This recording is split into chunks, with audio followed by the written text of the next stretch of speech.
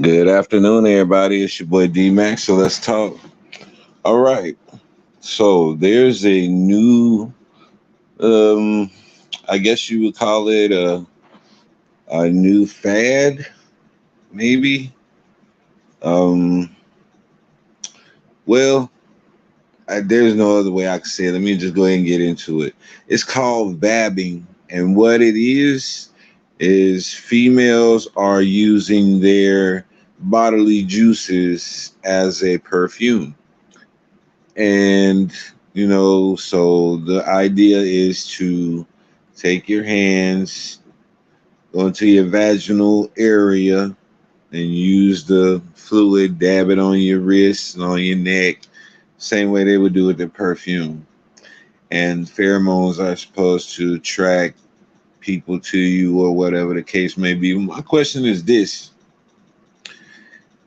being that we live in such a sexually overstimulated climate and we have so many sexual predators out here running around and it's just getting worse, is this really a good idea to bring this type of attention to yourself? Really and truly, do you want a sexual predator to only single you out for the simple fact that he smelled sex on you? He smelled your bodily fluid on you. I don't think that's been thought out very well.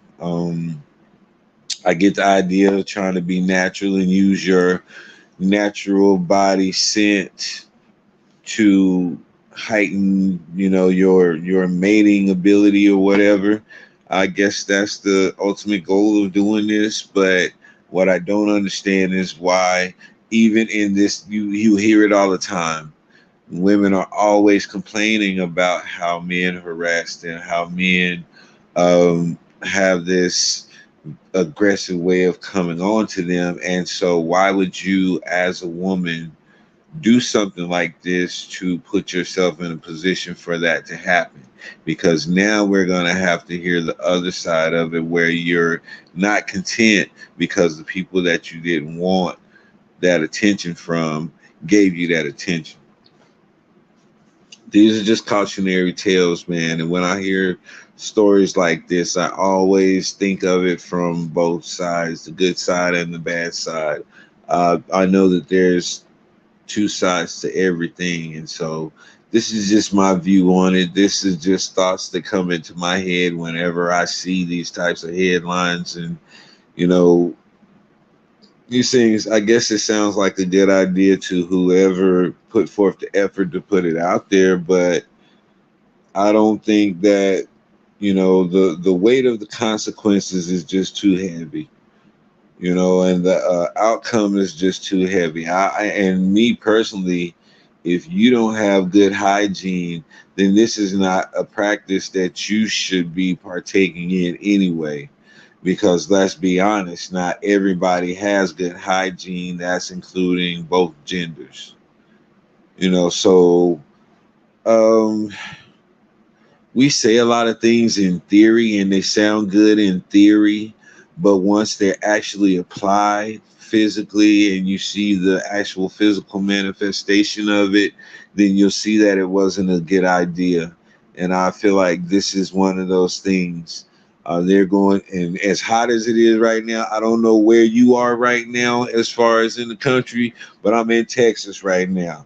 And as hot as it is in Texas, the last thing I want is a female dabbing vaginal juice on her body and then going outside in this Texas heat. And now we got baked fish all in the air, smell like we're in a seafood restaurant because these females think that this is the nouveau riche thing to do. You know what I'm saying? No, we're not doing that. We got to put our foot down somewhere, people. We got to, no, we're not doing this. You can rub your vaginal juices on your neck and on your wrist. Don't touch me. I'm applying that whole pandemic rule to you. Do not come close to me. Stay 6 feet away from me because you sit here and you cry for about the last 2 or 3 years about a pandemic and germs, and now you want to take fluids from the inside of your body and dab it on areas where you may possibly come in contact with other people if you touching them. No, we're not doing that. No, no, ma'am, no. See, this is where we going wrong. This is where people need to start taking these people with these bright, dumb ideas and really sitting them down and letting them know how stupid their ideas are.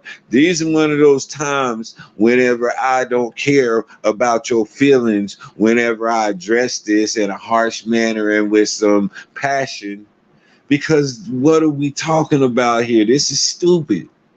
This is so stupid. Like I said, these the same people who sat there and cried for the last 2, 3 years about a pandemic and their rights and all of this stuff, and then they want to take and just put no, you putting bodily fluids on places that people gonna come in contact because they talking about dabbing on the wrist. Now, yeah, you're gonna use your hands. You out there work no depending on what your job is or what you're out there doing, you coming in contact with people, they may touch your wrist, they may touch your hand. If you hug somebody, your neck may touch their neck. So all of these juices and all of this stuff is flowing. No, we're not doing that, man. We're not in the clear yet. We're not. We still got monkeypox around. That's the new thing that's coming in while coronavirus is slowly exiting stage right. So we're not in the clear yet. And y'all talk, and here you go. We uh, ain't even out of the pandemic good yet. And y'all talking about putting vaginal fluids on your neck and all of this. Come on, man. Hey, all y'all elder queens, I'm gonna need y'all to talk to these younger sisters who coming up with these stupid smart ideas. Really, really, because coming from us, you know how it's gonna be taken. But this episode that I'm doing right now, this talking that I'm doing right now, somebody gonna feel some type of way about it. But I ain't even tripping because, like I said, I could care less about your feelings when there's something greater at stake. I can absolutely. I go and look through the house and look through all my drawers to try to find a damn to give, and I'm pretty sure I won't find one. 'Cause this is just silly, man. Come on, man. And then they gonna give it the light of day and do a whole article about it. That's why I'm sitting here talking about it now. This is something that I seen the other day, and I was like, you know how you just going through stuff, and at the time I already had something in mind that I wanted to talk about, so I didn't really get that no opportunity to even marinate in my mind. But then I came back and I saw it again, and I'm like, hold up, now this is like the third or fourth uh, platform I've seen this article on, so they're really pushing this idea. I mean, that's just like a little novelty piece to me. Like as far as journalism goes, that's just a fluff piece, something to fill space on the back of the paper. But here they pushing this stuff up in the mainstream and in the forefront, and now you hearing people with some type of notoriety starting to talk about it. Come on, man. Nah, man, we're not doing this. We so I can wipe ball sweat all over my face and then just go everywhere if I want, huh? That's cool. That's what we doing now. So I can rub one out and then come up and dap you up with the slick palm. That's what we doing now. All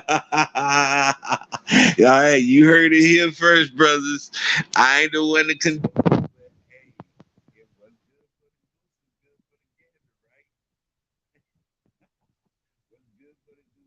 for the gander. So what's good for the goose is good for the gander. I think I was covering up the mic, my bad.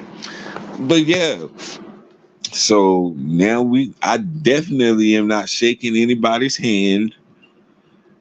I might not even fist bump you. I might just give you an elbow tap or a nod. I give you the universal nod. Hello, how you doing? I'm gonna need people to stay away from me even more so now because this right here, and they pushing it like it's really the thing to do.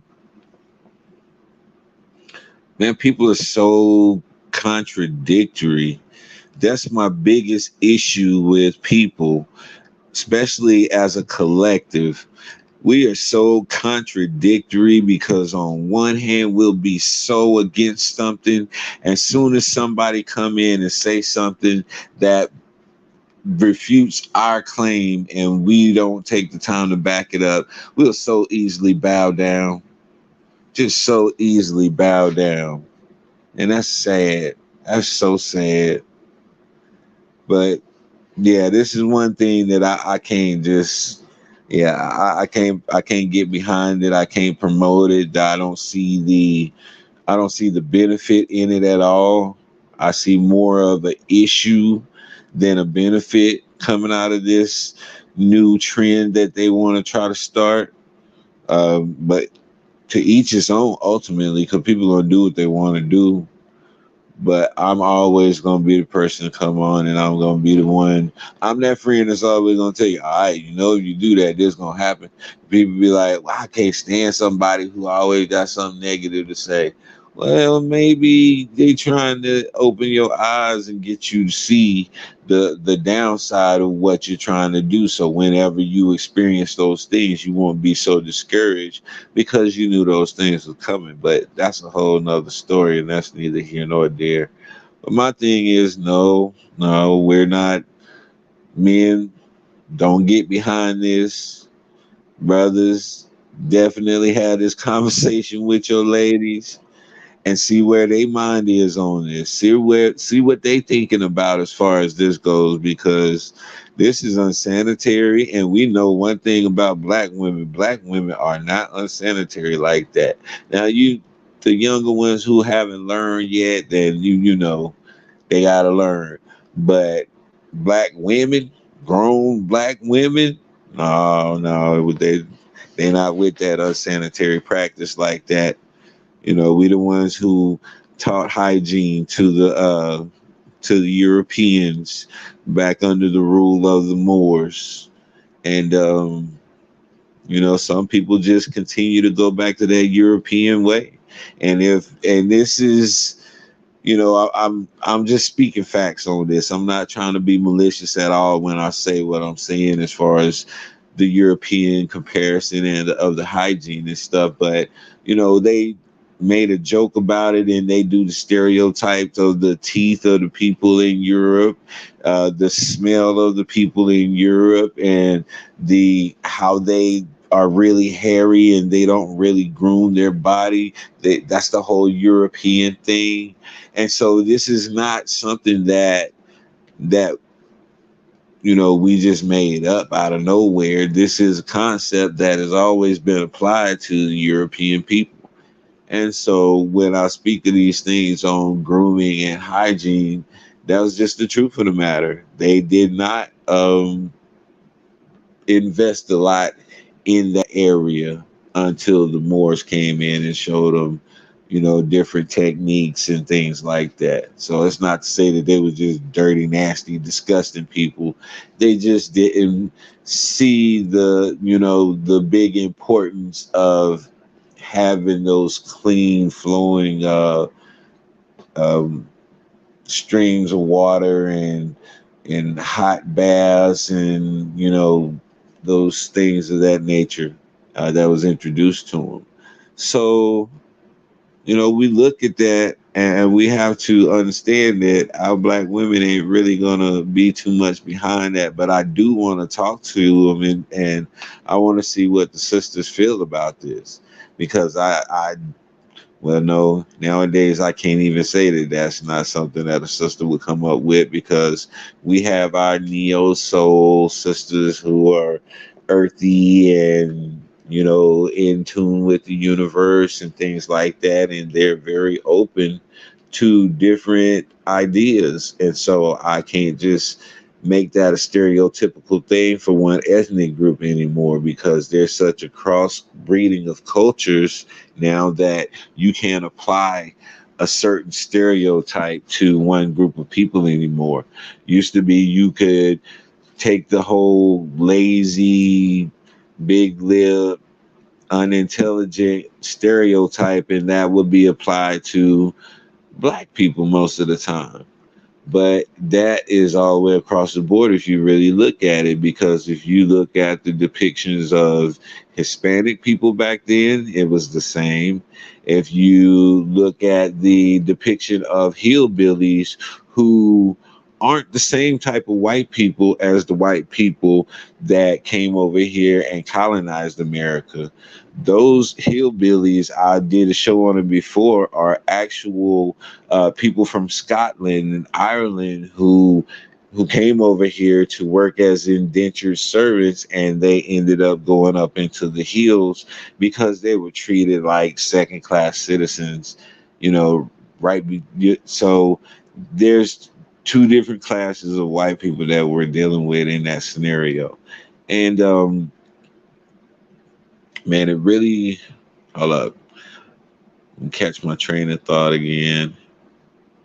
And this is where the PTSD comes into play, and the short-term memory loss thing is something that really bothers me. And sometimes I have to stop and talk about it because I'll be in mid-sentence and I'll be flowing with a real good point, and then I'll just go absolutely blank.